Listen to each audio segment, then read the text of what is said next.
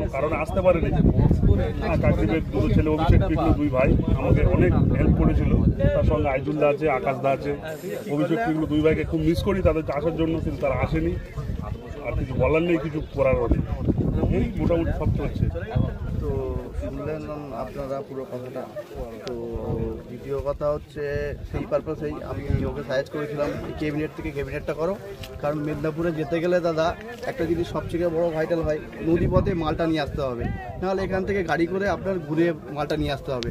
সেখানে একটা ক্যারিং খরচা পড়ে, খরচা মানে খারাপ খরচা পড়ে না, ভালো টাকা পড়ে। আমি সব কিছু চিন্তা ভাবনা করে বাজেট করে তবে এখানে বললাম যে মিস্ত্রি মেদিনীপুরের ছেলে এখানে থাক, এখানেই কাজ করুক। সেটা হচ্ছে আকাশ ক্যাবিনেটে আমাদেরই দেওয়া ছেলে, খুব ভালো কাজ করে। যে মিস্ত্রি ক্যাবিনেট মেকার খাটতে পারে সে সাউন্ড দাঁড় করাতেও পারে, এটা আমি জানি। আর মিলন ছেলে হিসাবে খুব ভালো পরিশ্রম করে, সেই হিসাবে ক্যাবিনেটটা ওর কাছে সাজেস্ট করেছিলাম। আর স্পিকার যা আছে সব আমি প্রমোট করেছিলাম, কলকাতা থেকে স্টুডেন্ট ঘর থেকে দেওয়া হয়েছিল।